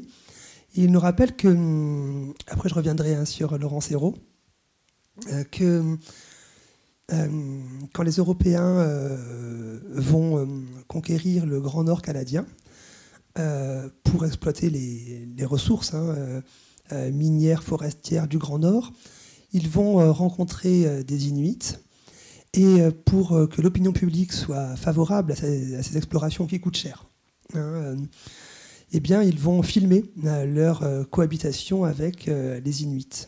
Et tout sera monté, bien sûr, de manière totalement artificielle, puisque les meurtres et les exploitations seront remplacés par des fausses amitiés entre les peuples. Et comme il faut convaincre le monde entier, eh bien, ils vont diffuser ces films, ces fausses rencontres dans des cinémas. Et pour rappeler le grand froid, ils vont inventer une petite barre glacée. Et cette petite barre glacée, elle va s'appeler Esquimau. Et Esquimau, ça veut dire quoi? Dans le langage populaire américain, ça veut dire mangeur de viande crue. Bref, ça veut dire la dimension arriérée de ces peuples. Donc quand on mange en fait des Esquimaux, on mange un outil que le capitalisme a créé pour justifier et adoucir l'exploitation de ces peuples. Et bien il en va de même pour les Berdaches. Lorsque les anthropologues décrivent des Berdaches, en fait, ils décrivent une situation étrange. Et voici ce que nous raconte Laurent Serrault. Dans une des tribus décrites par les anthropologues, alors c'est pas les anthropologues à l'époque, des conquistadors français et anglais, on a une tribu, on voit ça de manière assez similaire dans certaines tribus africaines, mais comme je ne suis pas anthropologue, je m'arrête là sur la précision, et excusez-moi de la dimension très vaste de mes termes, où être un garçon et être une fille, comme chez les Inuits d'ailleurs, n'est pas un fait de naissance. On n'est pas un garçon et une fille parce qu'on a un pénis ou un vagin, ou un pénis et une absence de pénis. On est un garçon et une fille parce qu'on passe des rites sociaux, des rites de passage qui nous font advenir dans un sexe au sens où la communauté nous reconnaît dans ce sexe. Et ce qui prévaut, ce n'est pas la biologie. Dans des communautés d'ailleurs où la médecine n'existe pas, ou en tout cas pas la médecine telle qu'on l'entend. Alors, dès la puberté, les adolescents sont regroupés dans une hutte. Et on met le feu à cette hutte. Alors ne vous inquiétez pas, tout le monde sait que tout le monde sait, et tout le monde fait comme si personne ne savait, c'est-à-dire qu'au premier claquement d'allumette, il n'y a pas d'allumette, mais vous l'aurez compris, tout le monde s'en va de la hutte. Donc il n'y a pas de mort. Voilà. Et en quittant la hutte, c'est un rite de passage, c'est comme le bac, tout le monde sait qu'il faut y passer, et tout le monde fait fin à la surprise le jour où il y a la première épreuve. Au moment de quitter la hutte, ou la tente, désolé, là encore je suis tout à fait approximatif, il est proposé aux jeunes deux objets. Un arc et des flèches, et de l'autre côté un panier. Les jeunes le savent, ils ont déjà assisté à ces représentations. Ils savent donc qu'en quittant la hutte ou la tente, ils doivent s'emparer d'un objet. Et c'est en s'emparant d'un objet qu'ils seront associés au rôle social de cet objet. On a donc statistiquement 1, 2, 3% de la population qui va donc, alors que une personne peut avoir un pénis, choisir un panier et donc être considérée comme femme. Alors qu'une personne a un vagin, prendre un arc et donc être considérée comme homme. Sauf que dans des populations démographiquement restreintes, vous imaginez bien que l'enjeu, c'est la reproduction. Alors, comment faire quand, et comme il n'y a quasiment que, il n'y a que de l'hétérosexualité, au sens où il n'y a que des hommes et des femmes qui se mettent en couple, mais des hommes et des femmes perçus socialement qui se mettent en couple, eh bien, comment faire pour assurer la reproduction? Tout un tas de phénomènes que je ne vous décris pas, mais les anthropologues arrivent là, et eux, qu'est-ce qu'ils voient? Ils voient des hommes déguisés en femmes qui couchent avec des hommes. Ils en déduisent donc que c'est de l'homosexualité, que c'est de la pédérastie, que c'est de la sodomie, et donc que c'est des berdaches. Partout sur le globe, de tout temps, il y a toujours eu une minorité de gens qui ne se sont pas sentis appartenir au rôle de garçon et au rôle de fille. Chez nous y compris, Monsieur, le frère de Louis XIV. Si vous avez vu la série Versailles, qui était travesti. Alors, on ne sait pas trop pourquoi il était travesti. D'une part, ses parents l'avaient travesti. Il y a des représentations de Louis XIV et de son frère, ou plus petit, le frère est habillé en fille de manière à ce qu'on soit assuré que c'est bien Louis XIV qui va hériter et qui va devenir roi, de manière à ce que l'autre frère ne devienne pas roi puisque c'est une fille. Donc il y a sûrement des effets psychologiques, mais à l'époque on ne les connaissait pas. Peut-être aussi avait-il ce sentiment de ne pas être dans le bon genre, dirait-on aujourd'hui. Donc ça a toujours existé. Comment le nier? Comment dire que ça n'existe pas alors que ça a toujours existé? Et de partout, de tout temps, peu importe les cultures. Voilà. Quant au genre, il y a une psychologue du développement qui nous montre que tout le monde a un genre. Elle s'appelle Véronique Rouillet. Et Véronique Rouillet, psychologue du développement, nous montre qu'à 3 ans, alors c'est pas 3 ans, c'est pas un coup près, c'est pas 3 ans moins un jour, on ne sait pas, 3 ans plus un jour, c'est bon, Eureka. À 3 ans, l'enfant sait qu'il a un sexe. Alors, il n'en connaît pas les contours, il n'en connaît pas la complexité biologique, il n'en connaît pas l'utilité reproductive, il n'en connaît pas la complexité relationnelle. En tout cas, il sait que par là, il y a du plaisir. Et si vous avez des petits frères ou des petites sœurs, ou si vous voulez que vos parents vous racontent votre enfance à 3 ans, c'est le moment où on se frotte à doudou, où on se frotte à la couette, ou sous la douche, on a appris que si on passe le pommeau de douche par là, il se passe un truc. Il n'y a rien de malsain, tout le monde découvre que le corps a des fonctions. Mais pour que l'enfant découvre qu'il a un genre et non pas un sexe, il faut que l'enfant se décentre. Et si vous avez là encore des petits cousins, des petites cousines, vous savez, à 3 ans, on se penche pour leur parler, et puis à 7 ans, on a arrêté de se pencher, ils commencent à nous parler de visu, parce qu'ils ont pris de la distance. Ils ont compris que le monde social était complexe et qu'il ne tournait pas autour d'eux. Cette décentration, connue en psychologie du développement, fait qu'à 7 ans, l'enfant, il apprend qu'il appartient à des groupes de sexe et de pairs genrés. Et à 7 ans, il se passe un truc classique en sciences de l'éducation, on connaît ça parfaitement. Je dis on parce que mon laboratoire est un laboratoire de sciences de l'éducation. Eh bien, à 7 ans, à l'école, vous avez des garçons qui disent, quand il s'agit, vous savez, de rentrer en classe 2 par 2, de tenir la main à un copain ou une copine, non, je ne tiens pas la main aux filles parce que je suis un garçon. Et les filles qui disent, non, je ne tiens pas la main aux garçons parce que moi je suis une fille. Ou je ne joue pas à ce jeu parce que moi je suis un garçon. À 7 ans, c'est pas un coup près là non plus, c'est environ 7 ans, les enfants ils comprennent que on attend d'eux quelque chose qui ne relève pas de leur sexe, mais qui relève bien du comportement social. Et tout le monde passe par là. Tout le monde, tout le monde, tout le monde, tout le monde. Le genre existe parce que la société a imposé du genre à tout le monde. Parce qu'il n'y a pas d'extérieur au genre. Trouvez-moi quelque chose qui n'est pas genré.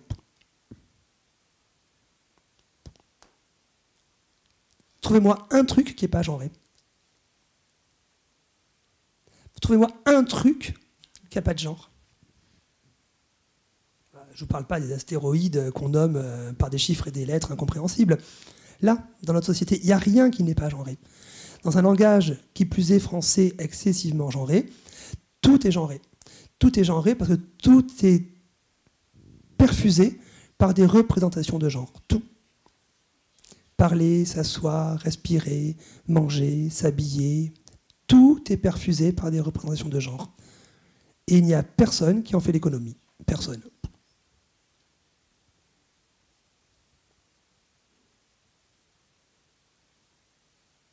Et c'est le développement psychologique normal de chaque individu. Donc le genre, c'est pas bien, c'est pas mal. On passe tous par les fourches codines du genre.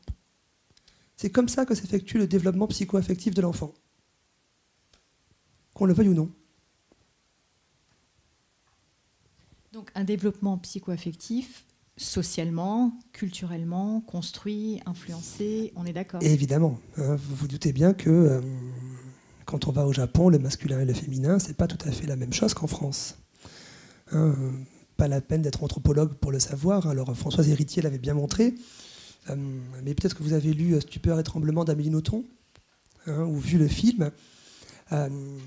Amélie raconte dans Stupeur et tremblement qu'elle est stagiaire dans une grande entreprise nippone, et une de ses activités idiotes, c'est de changer les éphémérides de tous les open space, de tous les bureaux, dans une tour de dizaines d'étages.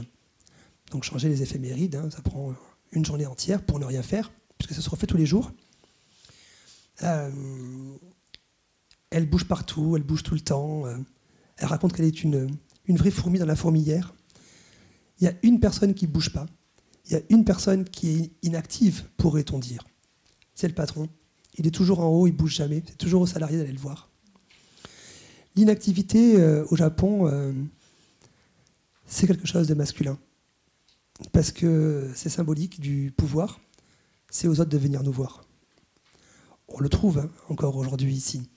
Mais qui est-ce qui est toujours considéré en France comme hystérique, à brasser de l'air, à bouger partout?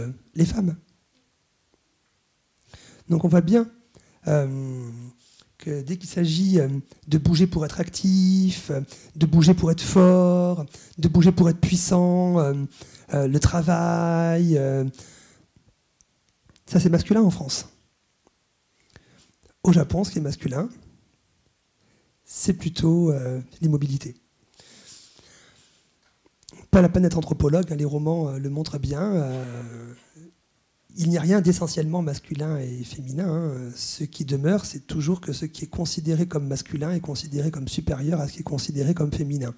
Peu importe ce qui est considéré comme masculin ou féminin, que ce soit être actif ou être statique.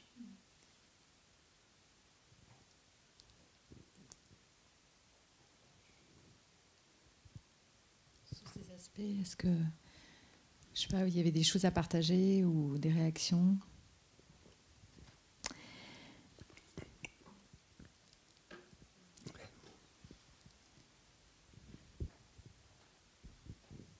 Personnellement, ça fait penser au fait que jusqu'à aujourd'hui, écrire en écriture inclusive, c'est pas accepté en tant que tel. Et même, on a des discours qui disent que le masculin est neutre, le masculin l'emporte sur le féminin.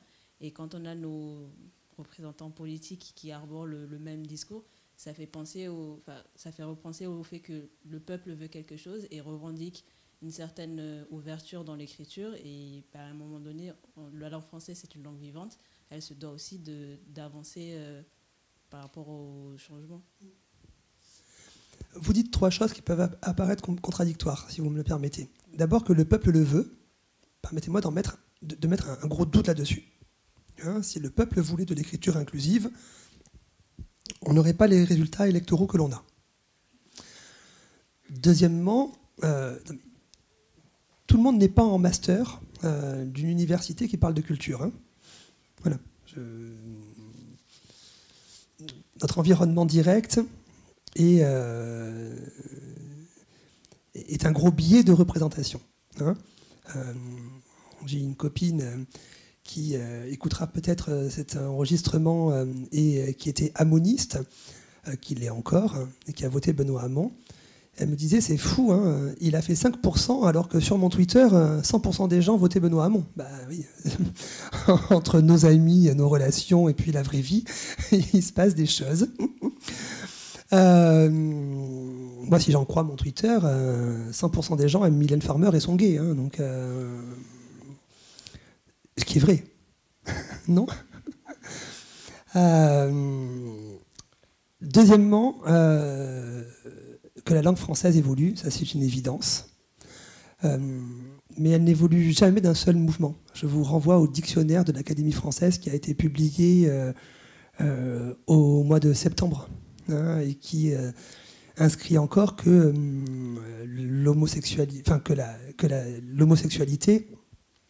l'hétérosexualité est la sexualité normale en 2024.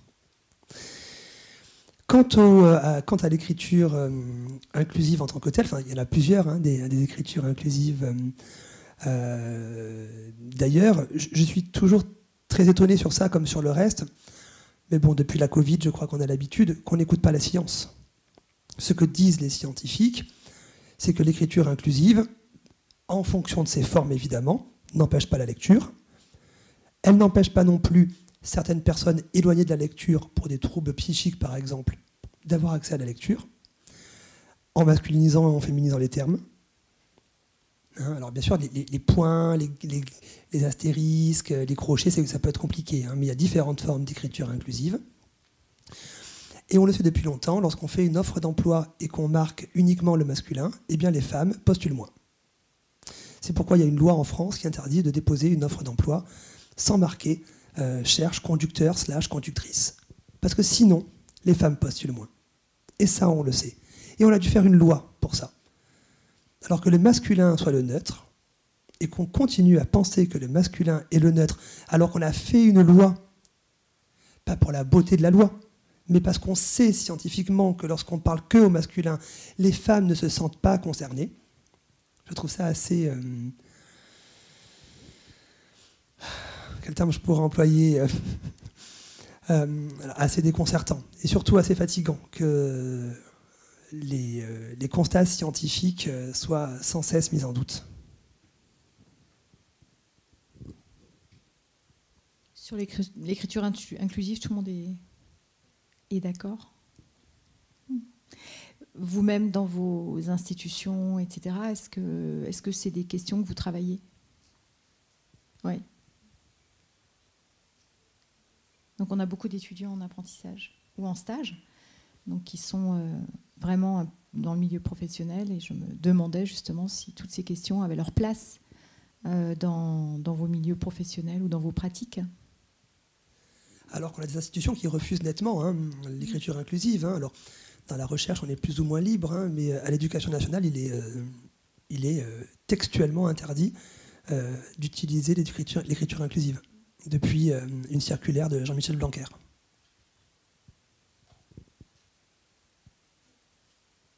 Jean-Michel Blanquer, qui ne s'est pas illustré par ses positions particulièrement ouvertes. Non, mais qui a quand même fait passer une circulaire pour l'inclusion des mineurs trans à l'école, qui permet aujourd'hui aux mineurs trans, donc depuis 2021, d'avoir un usage du prénom choisi. Alors pas du prénom à l'état civil, du prénom choisi, avec l'accord des deux parents, ce qui n'est pas sans causer certains problèmes. Moi, je voulais peut-être interroger sur l'actualité des mobilisations aujourd'hui en France. Quelle est la force de ces mobilisations? Est-ce qu'il y a une fatigue? Est-ce qu'elle prend de nouvelles formes? Est-ce que tu peux nous en dire peut-être quelques mots? D'abord, dire que les combats autour des transidentités n'ont jamais été autant institutionnalisés. C'est-à-dire qu'il existe des associations financées, il existe aujourd'hui des associations avec des salariés, chose qui n'existait pas il y a 10 ans. Il y a une délégation interministérielle de lutte contre les discriminations, la DILCRA, qui défend cela. Il y a des ARS, des agences régionales de santé, qui vont aussi financer ces structures, ces mouvements. On voit aussi une unification des mouvements, notamment du côté de la santé, avec des associations nationales sur la santé des personnes trans, des associations nationales autour des familles trans. Et donc cette unification est un mouvement assez récent. Juste, excuse-moi, sur les questions de santé, j'imagine que c'est lié au parcours. Oui, alors c'est d'abord lié au parcours. Il y a d'autres questions. Au parcours trans. C'est aussi lié à l'accès à la santé, puisqu'il y a une inégalité territoriale très très forte dans l'accès à la santé. Alors vous êtes en Ile-de-France, vous ne vous en rendez pas compte, mais allez voir dans la Creuse comment ça se passe. Oui, alors bien sûr, en QPV, en quartier prioritaire de la ville, évidemment, vous vous en rendez compte. Mais ce que je veux dire par là, c'est qu'à 3/4 d'heure en métro, vous avez Paris Centre et des centres spécialisés, et des assos. Et ça change absolument tout. Donc, accès à la santé, promotion de la santé, accompagnement des personnes, mais aussi transformation des lois. Et il y a actuellement à la HAS, la Haute Autorité de Santé, un nouveau PNDS, excusez-moi les acronymes, donc Plan National de Santé, qui va être mis sur pied cette année et qui d'ailleurs a fuité dans la presse conservatrice, Le Figaro et Le Point, pour s'opposer justement à la prise en charge des personnes trans et des mineurs trans dans les futurs protocoles de santé en France. Donc il y a une vraie action de lobbying trans, mais au sens politique, de manière à ce que cette voix puisse être entendue par les institutions. Il y a un autre mouvement paradoxal, ou en tout cas contradictoire, c'est une séparation entre les mouvements trans et les mouvements LGB. Cette idée qu'il est temps maintenant que les personnes trans parlent d'elles-mêmes et que les mouvements LGB ont souvent pris la place, je peux m'inclure dedans, des personnes trans, ou bien ont des luttes qui peuvent parfois se regrouper, parfois non. Donc on a des mouvements trans qui peuvent se désolidariser, comme des mouvements d'ailleurs LGB qui peuvent se désolidariser de luttes trans pour des raisons assez variées. Ça peut être mu par de la transphobie, comme ça peut être mu par une volonté de parler pour soi. Donc il y a un renouveau très clairement dans les combats autour des transidentités. Le point d'ancrage de toutes ces luttes, ça reste aujourd'hui quand même l'accès à la santé des mineurs. L'accès à la santé des mineurs reste le débat actuel. Ne sont-ils pas trop jeunes? Ne vont-ils pas regretter?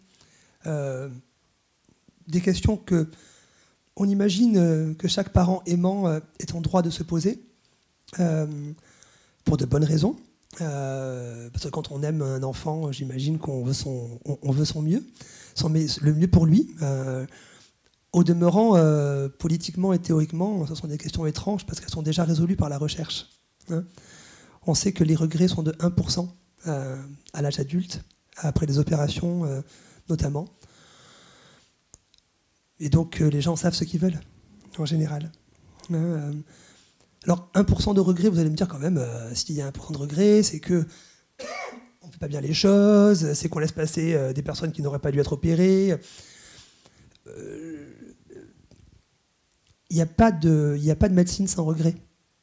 Il n'y a pas une pratique médicale qui ne donne pas lieu à des regrets. Ça n'existe pas. En bariatrie, opération de perte de poids, les regrets, c'est 30%. En cancérologie, les regrets, c'est 7%. Alors vous dites, mais comment ça, 7%? Il y a 7% des gens qui préféreraient mourir? Non, c'est pas ça. Il y a 7% des gens qui auraient préféré qu'on leur propose une autre opération, qu'on leur propose un autre protocole, qu'on leur dise comment ça allait se passer. Des gens qui regrettent, non pas d'avoir été opérés ou d'avoir eu accès à des hormones, mais qui regrettent d'avoir perdu leur famille, leur emploi. Les regrets sont suffisamment variés pour qu'on se dise que 1% de regrets dans un protocole de santé, c'est dramatique pour ce 1%, mais statistiquement, c'est rien, comparativement aux autres protocoles de santé en France. Et le fait qu'on s'arc-boute sur le potentiel regret des mineurs me fait dire qu'on n'a strictement rien compris à ce que c'était que la sociologie de la santé et la sociologie des risques en santé.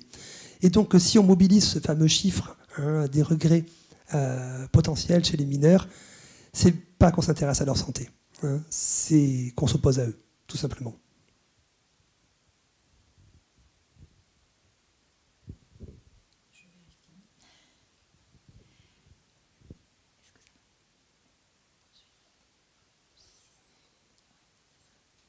Alors, il nous reste quelques minutes peut-être pour une question, si vous en avez une.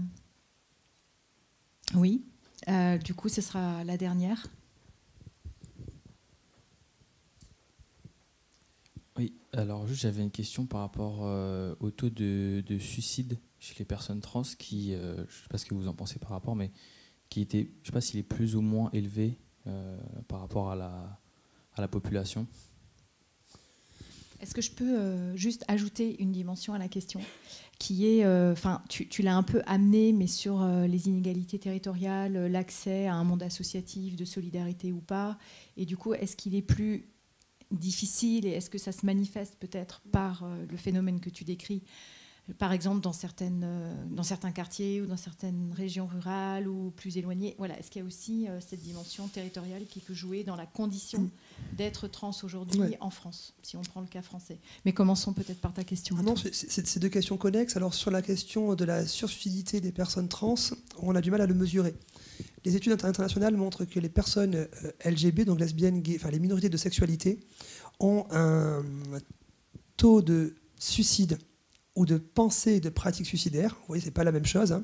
Penser, pratiquer et puis se suicider, se donner la mort ou ne plus se donner la vie. C'est pas tout à fait la même chose non plus. Qui oscille entre x3 et x7 par rapport aux jeunes. Les statistiques sont faites sur les moins de 25 ans particulièrement, hétéro-cisgenres. Quand on fait une statistique, c'est-à-dire qu'on retire statistiquement les personnes trans, on est autour des x7 à x9, statistiquement. On n'a pas d'enquête en France sur cette sursuicidité depuis les enquêtes de Firdion en 2004. C'est pourquoi on tente, dans l'enquête que nous menons sur la santé mentale des jeunes LGBTQIA+, de remesurer actuellement ce risque de suicide. Alors j'ai les chiffres, je pourrais regarder, j'ai mon application statistique là, sur mon smartphone. Le drame d'être sociologue, c'est que dès qu'il y a une variation statistique, on est excité, donc on regarde nos pourcentages. En tout cas, ce que je perçois des premières tendances, si ça se trouve, elles seront modifiées dans les jours à venir, c'est que pour les personnes trans comme pour les personnes LGB, on serait dans cet ordre de grandeur, c'est-à-dire x3 pour les personnes LGB, x7 pour les personnes trans en matière de pensée, de pratique ou de passage à l'acte, comparativement aux jeunes hétérosexuels ou cisgenres. Et je ne parle que des jeunes ici, de moins de 25 ans. Ça nous permet d'interroger ce qu'on appelle le stress des minorités. Alors, le stress des minorités, c'est un concept psychiatrique qui a été, de pédopsychiatre, qui a été inventé par Ilan Meyer dans les années 2000 et qui permet de mesurer les effets psychologiques et psychiatriques d'être minoritaire, du fait d'être minoritaire. Alors ce stress des minorités, il l'a appliqué aux personnes LGB. Un collègue à lui Testa l'a appliqué aux personnes trans, d'autres l'ont appliqué aux minorités de poids, aux minorités ethno-raciales, par exemple. Ce que montre ce concept du stress des minorités, c'est qu'il existe, je schématise, là encore, vous m'excuserez, 3 axes d'amélioration ou d'affaiblissement de la santé mentale, c'est-à-dire 3 axes d'amélioration ou d'affaiblissement du stress des minorités, qui peuvent aller, donc, ce stress, jusqu'aux tentatives de suicide ou à la pratique suicidaire. Le premier, c'est l'inclusion dans des institutions ou des politiques publiques. Et on le sait, il y a eu des enquêtes qui ont été menées. Malheureusement, il va falloir revoir ces chiffres.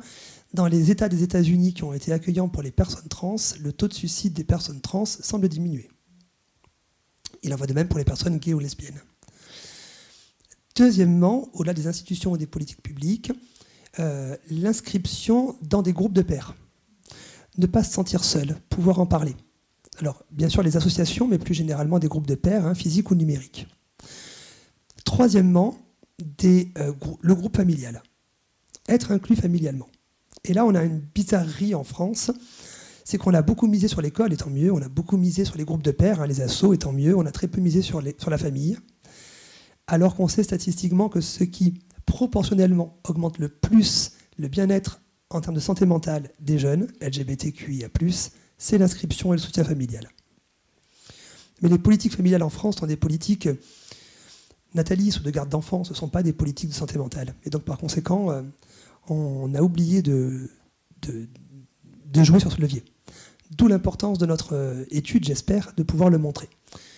En parallèle de ça, on mène une étude avec un collectif qui s'appelle Rura, spécialisé dans la ruralité, qui essaie de montrer les évolutions de ces phénomènes en fonction de l'inscription territoriale, ruralité ou monde urbain. Et on va pouvoir comparer ce qu'il en est donc des ruralités proches de la ville, des ruralités loin de la ville, alors loin géographiquement, mais aussi loin en termes de mode de transport. Je suis désolé pour ces catégories qui sont des catégories tout à fait sociologiques, et donc je pense que les géographes sont en PLS eux aussi en m'entendre dire des choses comme ça. C'est tout à fait caricatural et je suis désolé.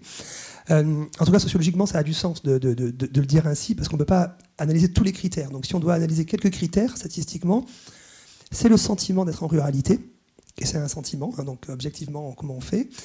C'est l'éloignement de la ville, et c'est l'éloignement, non pas métrique, mais psychique de la ville, ce qu'on pourrait appeler ce qu'on pourrait dessiner en termes de carte mentale. Je dois prendre une voiture, mais ma voiture ne marche pas, il faut que je prenne après un bus. Et pourtant, je ne suis pas loin, mais comme il n'y a qu'une route et qu'elle est sinueuse, je mets 3 heures pour y aller. Donc on essaie de mesurer tout ça, on n'a pas encore les résultats. La première enquête est menée avec ma collègue Joanna Dagorn, la seconde enquête est menée avec mon collègue Clément Révers. Donc promis, dès que j'aurai les résultats, voilà, ils seront médiatisés. Mais en tout cas, on travaille dessus. On n'a pas de chiffres en France, donc je ne peux pas vous dire ce qu'il en est. Eh bien, écoute, le suspense demeure donc, est total. Et c'est là-dessus qu'on va s'arrêter. Merci beaucoup pour votre Merci beaucoup. présence et écoute. Merci infiniment à toi d'être venu. C'était vraiment passionnant. Et j'ai des livres à faire circuler, si vous voulez, d'ici cet après-midi, si vous voulez jeter un coup d'œil. Et vous pouvez me les rendre quand on se reverra pour le spectacle ce soir. Merci et bon retour. Et j'espère à bientôt. J'espère à bientôt. J'espère à bientôt. J'espère à bientôt. J'espère à bientôt. J'espère à bientôt. J'espère à bientôt. J'espère à bientôt. J'espère à bientôt. J'espère à bientôt. J'espère à bientôt. J'espère à bientôt. J'espère à bientôt. J'espère à bientôt.